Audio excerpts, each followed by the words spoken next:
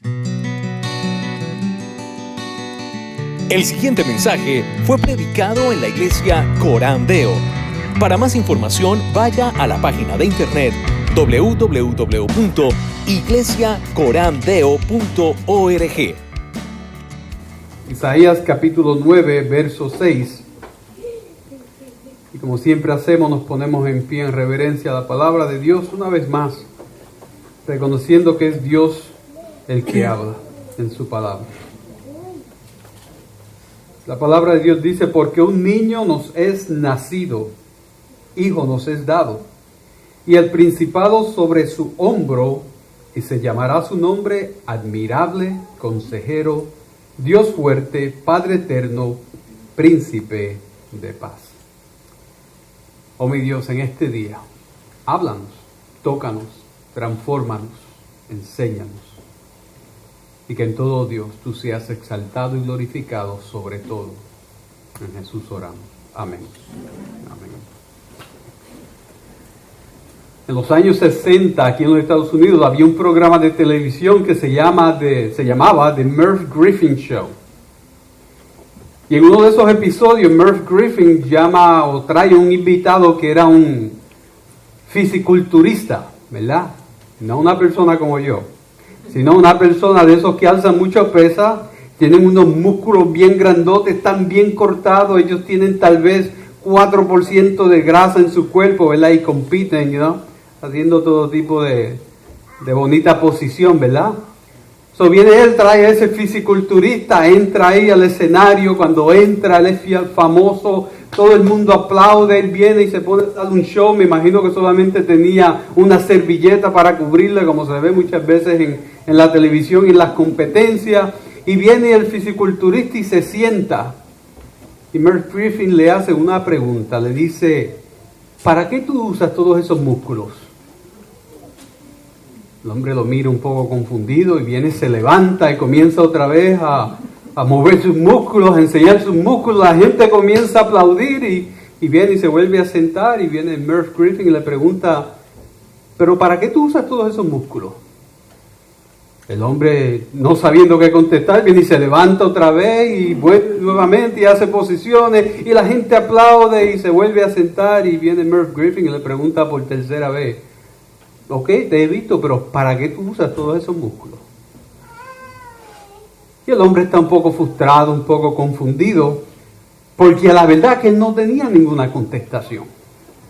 Porque aunque él tenía grandes fuerzas por esos grandes músculos, tienes que imaginarte que él hubiese estado alzando mucha pesa para llegar a ese punto, él no tenía ningún uso para esos músculos grandes.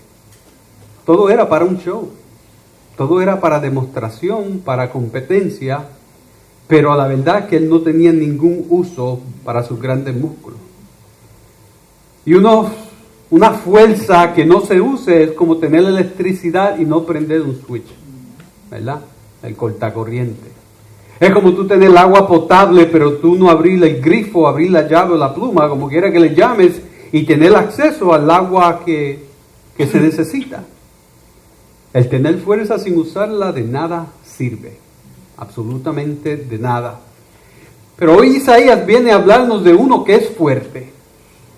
Pero la gran diferencia es que que es fuerte, de quien Isaías habla, es uno que está no solamente disponible, pero que está dispuesto y preparado para utilizar su gran fuerza. Isaías habla de uno que vendría a poner las cosas, el caos que estaba existiendo y que aún existe dentro del hombre pecador, en orden. No te olvides que Isaías le escribía a una nación que en ese tiempo estaba siendo advertida que los asirios vendrían como un gran río para derrochar todo, para hacer gran desastre. Ellos vendrían para llevarse a los israelitas a sus naciones, a llevarlos por todo su imperio, y ellos traerían otras gentes para poblar esa región.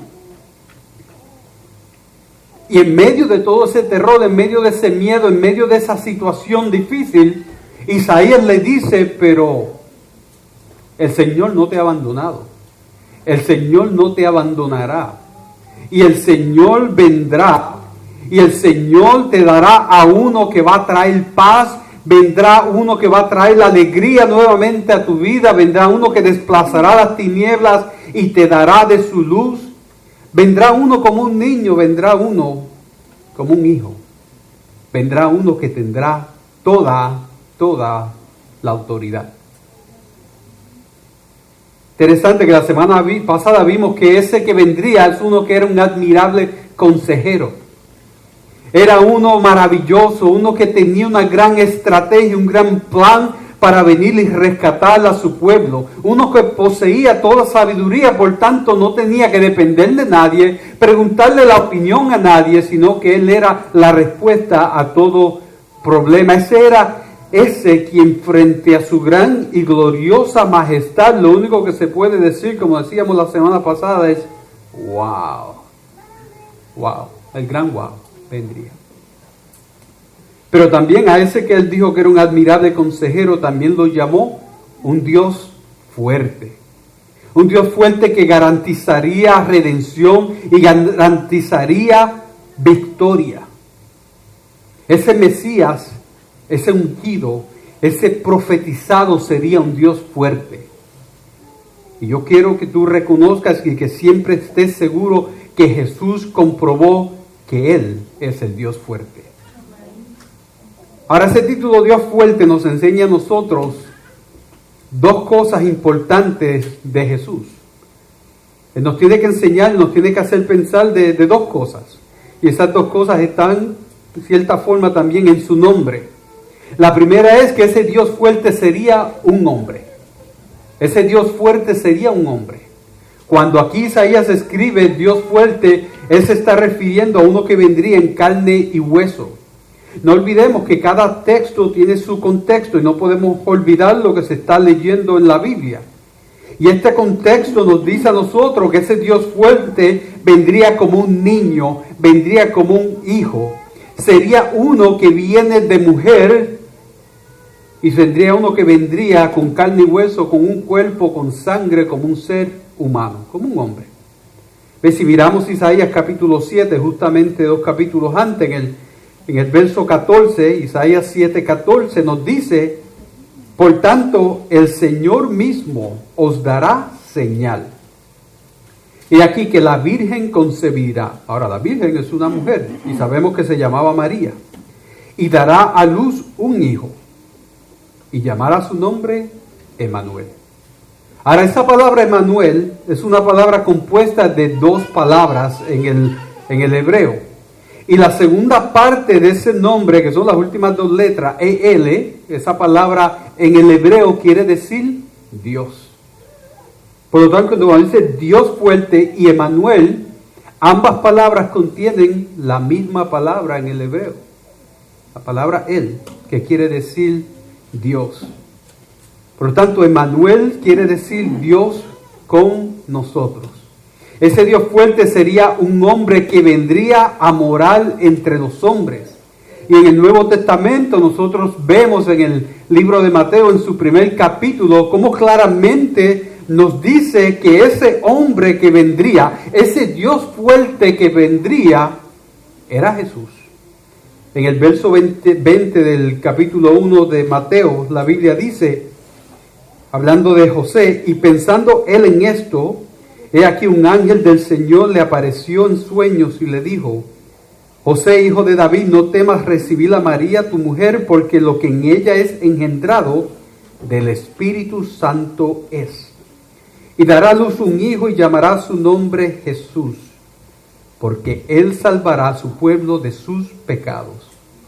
Todo esto aconteció para que se cumpliese lo dicho por el Señor por medio del profeta en Isaías, cuando dijo: he aquí una virgen concebirá y dará a luz un hijo y llamará su nombre Emmanuel, que traducido es Dios con nosotros. En la historia humana, iglesia, solamente ha habido uno que nosotros podemos decir que fue hombre, que es hombre y que es Dios. Solamente hay uno, y ese es Jesús. Y la Biblia nos lo dice a nosotros claramente. Romanos capítulo 9, en el verso 3 al 5 dice: Porque deseara, escribiendo Pablo, yo mismo ser anatema, separado de Cristo por amor a mis hermanos, los que son mis parientes según la carne, que son israelitas, de los cuales son la adopción, la gloria, el pacto, la promulgación, la ley, el culto y las promesas, de quienes son los patriarcas y de los cuales según la carne vino Cristo, el cual es Dios sobre todas las cosas, bendito por los siglos. Amén. Ahora, ¿qué te dice la Biblia? Que Cristo es ¿quién? Es Dios. Dios sobre todas las cosas. Te lo dice claramente para aquellos que quieren argumentar que la Biblia no dice que Jesús es Dios o era Dios, ¿verdad? Si yo voy a Tito capítulo 2, en el verso 13, la Biblia me dice a mí, aguardando la esperanza bienaventurada y la manifestación gloriosa de nuestro gran Dios y Salvador, Jesucristo. A mí me dice que hay uno que es Dios y Salvador. Y después de eso dice que es Jesucristo. Por lo tanto, este hombre que vino y vivió era Dios. Cuando yo voy también al libro de Primera de Juan, y predicamos hace 3 semanas atrás o 2 semanas atrás de esto, en el capítulo, Primera de Juan capítulo 5, verso 20, nos dice, pero sabemos que el Hijo de Dios ha venido y nos ha dado entendimiento para conocerla y que es verdadero. Y estamos en el verdadero, en su Hijo Jesucristo. Este es el verdadero Dios y la vida eterna. Por lo tanto, la Biblia es bien clara, iglesia. Hay uno que siendo hombre también fue Dios. Y de ese es que de quien Isaías habla cuando habla uno que es un Dios fuerte. Y esta es la pregunta clave de la vida. Esta es la pregunta clave de tu vida. Porque esta es la pregunta que determina la eternidad, iglesia. Esta es la pregunta que tú te tienes que hacer. ¿Es Jesús verdaderamente Dios? Esa es la pregunta más importante que tú tienes que hacer y a la cual tú tienes que darle una buena contestación. ¿Es Jesús verdaderamente Dios? ¿Sabes que en el planeta viven alrededor de casi 8 billones de personas? Y de esos 8 billones de personas, 5.5 billones no creen en Jesús. 5.5 billones de personas no creen que Jesús es quien Él dijo que era. 5.5 billones de personas no creen que Jesús es quien la Biblia dice que Él es. 5.5 billones de personas que afirman con su incredulidad que Jesús o era un mentiroso o Jesús era un demente, como el escritor C.S. Lewis afirma. Ahora, yo te reto a que tú pienses en algo. ¿Qué otro hombre en la historia ha podido decir, a mí me matarán, pero después de 3 días yo me levantaré? Y resucitó. ¿Qué otro hombre? ¿Qué otro hombre puede decirle a un paralítico, levántate, toma tu lecho y vete a tu casa? Y en ese instante sucede. ¿Qué otro hombre puede coger 2 peces y 5 panes y alimentar a sobre 15,000 personas? ¿Qué otro hombre puede hacer eso? ¿Qué otro hombre puede decirle a un muerto, sal de la tumba? Y el muerto sale, obedeciendo a esa voz. ¿Qué otro hombre puede perdonar pecados? Sino solo Dios. Por lo tanto, Jesús es el Dios hombre. Y solo los que creen en este Dios hombre tendrán vida y vida en abundancia. Iglesia, y de eso trata la fe. Yo tengo noticias para ti. La fe no trata de tu felicidad. Lo siento, yo sé que eso es lo que te tratan de vender en las librerías cristianas con todo ese tipo de libros que te dicen tu mejor vida ahora, ¿verdad? Que sea viernes todos los días, ¿verdad? Pues, ¿sabes qué? No vengas a decirle eso a una persona que tiene cáncer y está padeciendo en una cama. Porque eso no le va verdaderamente a alimentar su fe. y no va a hacer nada para su vida. Se lo hará un predicador con una sonrisa que llegue de oreja a oreja, con un buen vestido, ¿verdad?, que está tomando ventaja de la ignorancia del pueblo. Pero una persona con cáncer, una persona que queda ciega tratando de buscar mejor vista, eso no va a trabajar. La fe no se trata de la felicidad. La fe se trata de la salvación.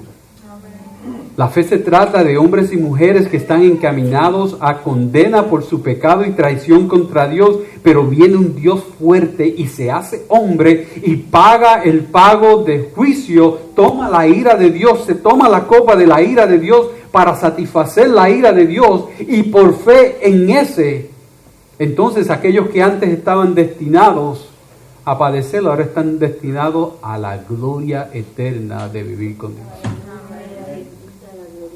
De eso trata la fe. De eso trata nuestro caminar, la iglesia. Y aquí cuando Isaías nos dice que hay un Dios fuerte, Él está hablando de uno que sería hombre. Y de uno que vino como hombre. Y de uno, iglesia, que vendrá como hombre. Porque dice la Biblia que todo ojo le verá. Por lo tanto, ese Jesús vendrá como un hombre glorificado en las nubes para buscar a su iglesia. Ahora, lo segundo que nos enseña ese verso, Dios fuerte, es que ese Dios fuerte que sería un hombre, también es uno que tiene todo poder, todo poder. Cuando tú miras la palabra fuerte en Isaías, la palabra fuerte, yo la busqué en el Antiguo Testamento y está definida de muchísimas formas. Hay demasiadas formas, pero mira lo que tiene constante, consistente. En Génesis 6:4 la traduce poderoso. En Génesis 10:8 y Deuteronomio 10:17 la traduce valeroso. En Segunda de Reyes 5:1 la traduce también fuerte. Nehemías 9:32 la llama gigante. Primera de Samuel 14:52 la llama esforzado. O sea, como tú puedes ver, esa palabra describe a alguien grandísimo e incomparablemente capaz de vencer a todos sus adversarios. Eso es lo que esa palabra nos quiere decir. De hecho, hay otra traducción que se usa en otras versiones. Y es la palabra campeón. Es la palabra campeón. Ahora, para que alguien sea un campeón invencible, quiere decir que tiene que tener todo poder. Porque si hubiera algo más poderoso, existiría la posibilidad de que hubiese una derrota. Pero en la Biblia no nos da posibilidad de que Jesucristo pueda ser derrotado, porque Él es un campeón. Por lo tanto, cuando te dice a ti que es un Dios fuerte, te está hablando de que es un hombre, pero te está hablando de que es un hombre que tendría absolutamente todo poder. No hay nada ni nadie que pueda tener ni una oncita más poder que ese hombre Dios, Jesús. Ahora, la Biblia enseña que solamente hay uno verdaderamente que tiene todo poder, y claramente nos dice que hay uno que tiene todo poder. Jesucristo, al final del libro de Mateo, cuando va a darle la gran comisión a sus discípulos, ¿qué es lo que le dice? Le dice: toda potestad, todo poder, toda autoridad me es dado a mí en el cielo y en la tierra. Y cuando dice toda, la Biblia quiere decir toda, ¿verdad, Lucho? Quiere decir toda. Toda quiere decir toda. Quiere decir que no hay posibilidad de nada más. No hay posibilidad de que Él tenga menos de 100% de poder. No hay posibilidad de que nada pueda tener más poder de Él. No hay posibilidad de eso. Libro de Colosenses, Primera de Corintios, capítulo 15, verso 24, nos dice algo. Dice: luego el fin, cuando Jesús entregue el reino a Dios Padre, y cuando haya suprimido todo dominio, toda autoridad y potencia, porque preciso es que Él reine hasta que haya puesto a todos sus enemigos debajo de sus pies.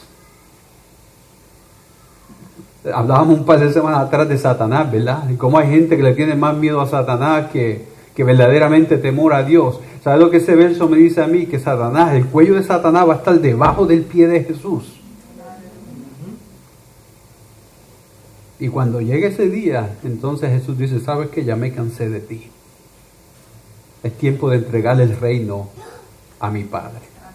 Así es el poder de Jesús. ¿Sabes lo que dice Apocalipsis capítulo 1, verso 8? Dice, yo soy el alfa y la omega, el principio y el fin. El que es y que era y que ha de venir, el Todopoderoso.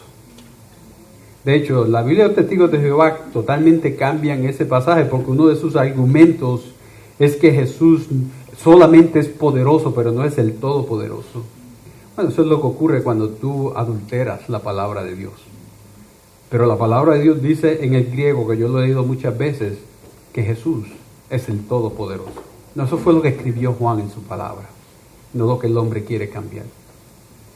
Yo escuché a un predicador decir no hace mucho que en una gotita de agua, ponte a pensar una gotita de agua, hay tantas moléculas que si cada molécula dentro de una gotita de agua se hiciese un granito de arena, tú tenías suficiente material para hacer un puente de Nueva York a San Francisco que fuese media milla de ancho y 2 pies de profundidad.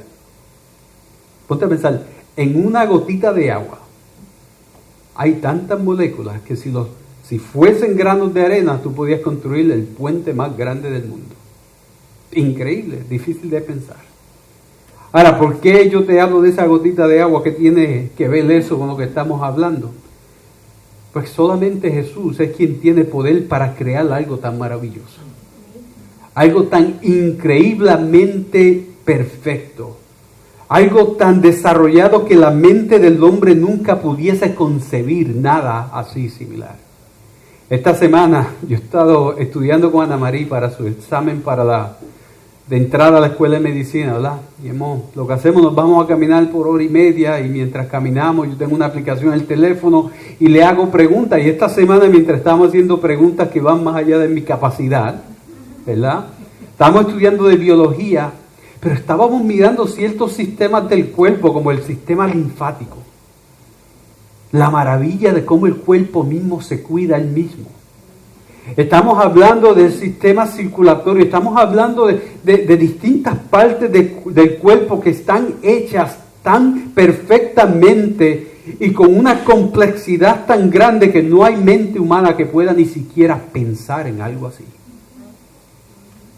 Y yo le decía a Ana María, wow, a verdad qué increíble es nuestro Dios. Qué grande es nuestro Señor, que hace cosas tan inmensas y grandes. Solamente un Dios puede hacer eso. Pero ¿sabes lo que me dice la Biblia? Que en el principio era el Verbo y el Verbo era con Dios y el Verbo era Dios, en Juan 1:1. Y este era el principio con Dios y que todas las cosas por Él fueron hechas. Y sin Él nada de lo que ha sido hecho fue hecho. O sea que Jesús fue el que lo hizo todo.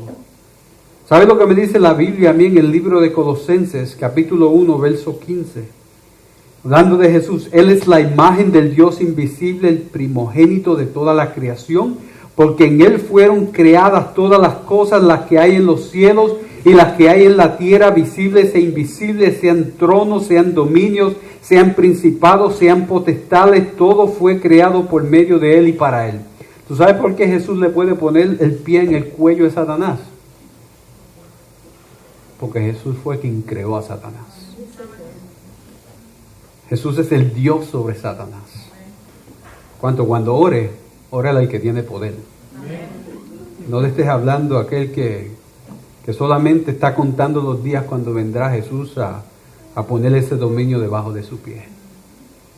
¿Sabes lo que dice el libro de Hebreo en el capítulo 1, verso 2? En estos postreros días Dios nos ha hablado por el Hijo, a quien constituyó heredero de todo y por quien asimismo hizo el universo, el cual siendo el resplandor de su gloria y la imagen misma de su substancia y quien sustenta todas las cosas con la palabra de su poder, habiendo efectuado la purificación de nuestros pecados por medio de sí mismo, se sentó a la diestra de la majestad en las alturas. Ahora la pregunta es, ¿quién es el poderoso? ¿Quién es el Dios fuerte? aquel que está a la diestra, que está sentado a la diestra del Padre.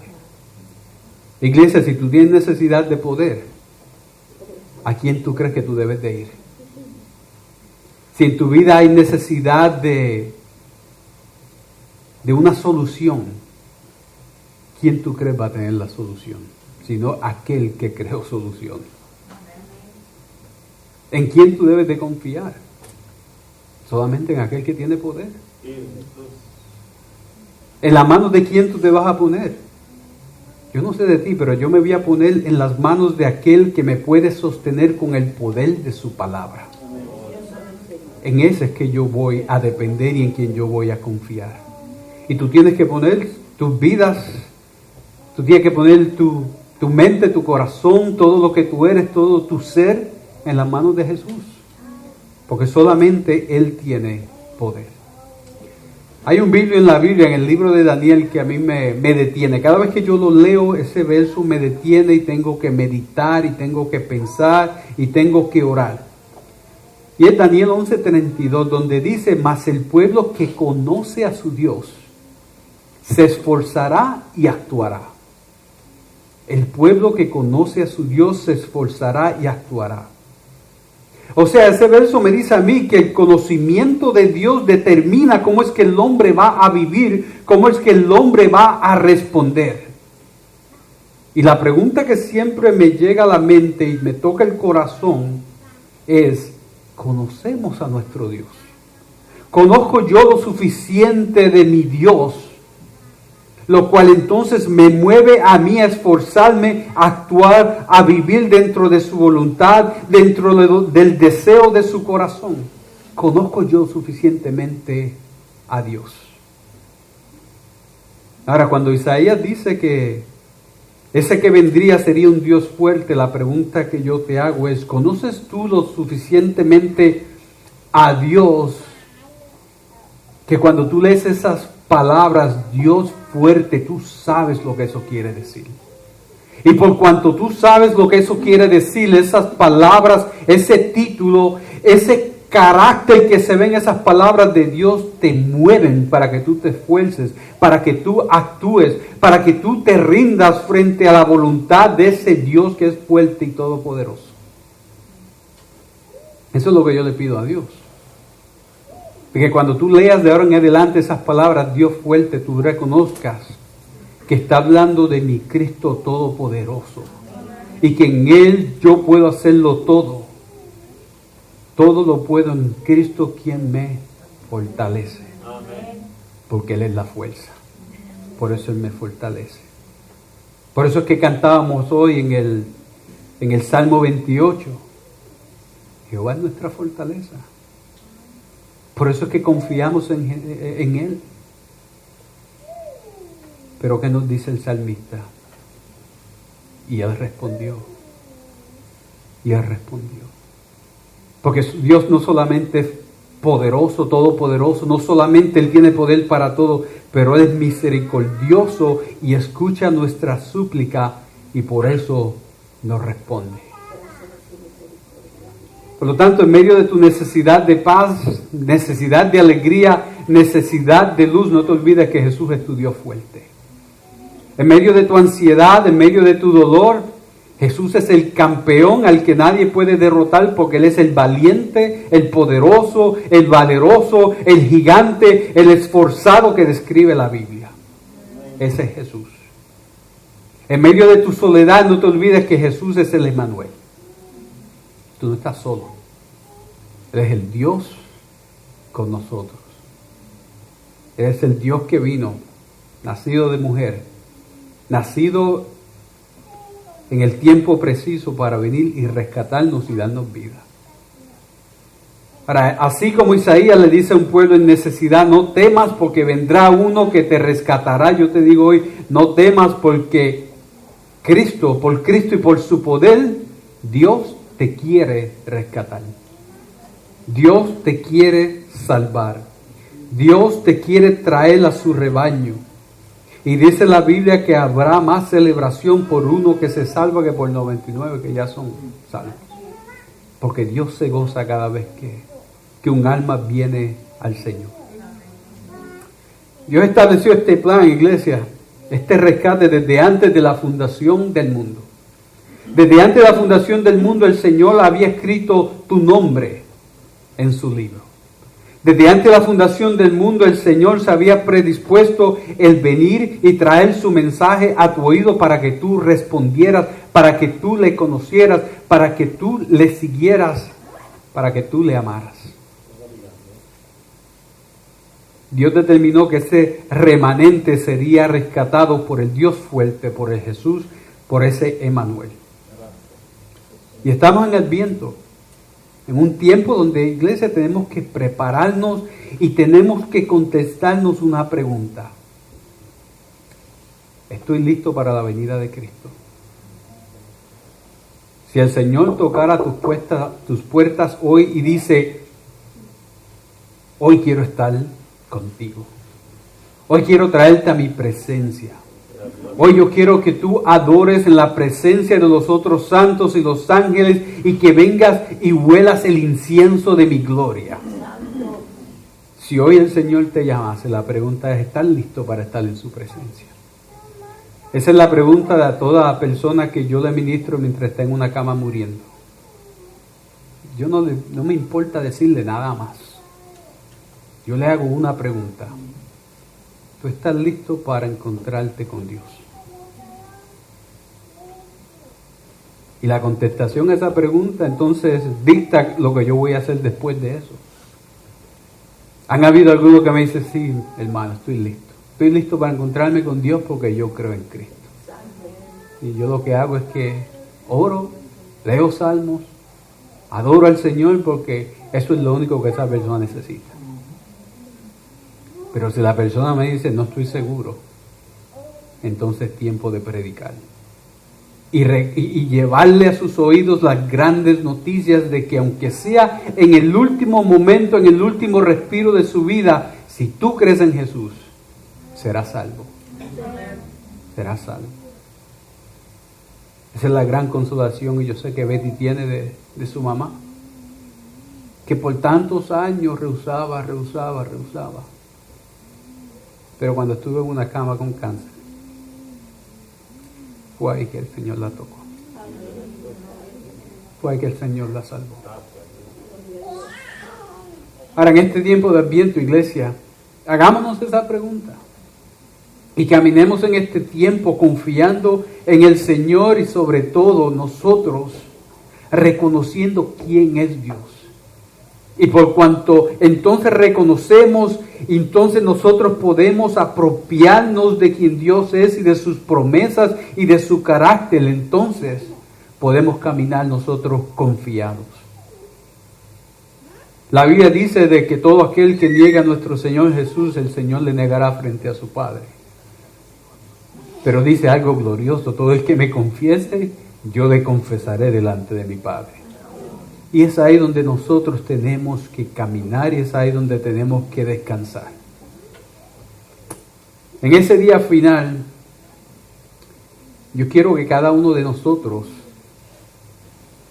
podamos venir frente a nuestro Dios fuerte, a regocijarnos, a disfrutarnos, a cantar, a bailar, a celebrar, porque estamos frente a aquel admirable consejero, consolador, que da buen testimonio por nosotros y que por su mano poderosa nos ha salvado. Por lo tanto, proponte, iglesia, proponte tú el conocer al Dios fuerte. Proponte tú el seguir al Dios fuerte. Proponte tú el amar al Dios fuerte, obedecer al Dios fuerte. Porque solamente en Él está tu victoria segura. Jesús es tu Dios fuerte. Nunca lo olvides. Y vive para su gloria. Amén. Oremos. Oh Señor, tú enviaste a tu Hijo como un Dios fuerte, sabiendo, Dios, que Él vencería la muerte. Sabiendo, oh Padre, que Él vencería las tentaciones de Satanás. Sabiendo, oh Dios, que Él vencería las debilidades en su carne porque era hombre y sufrió y padeció como todo hombre. sabiendo que en medio de su pasión y su dolor Él permanecería fiel.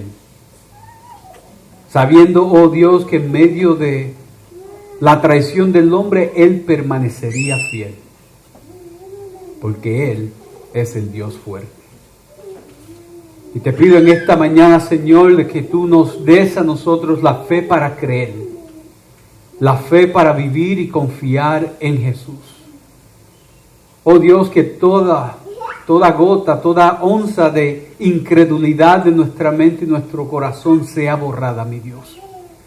Y danos fe y danos arrepentimiento. Y danos de tu Espíritu, Señor. Que creamos en ti, que dependamos en ti y que te amemos a ti. Para la gloria de Jesús, en Cristo oramos. Amén. Amén.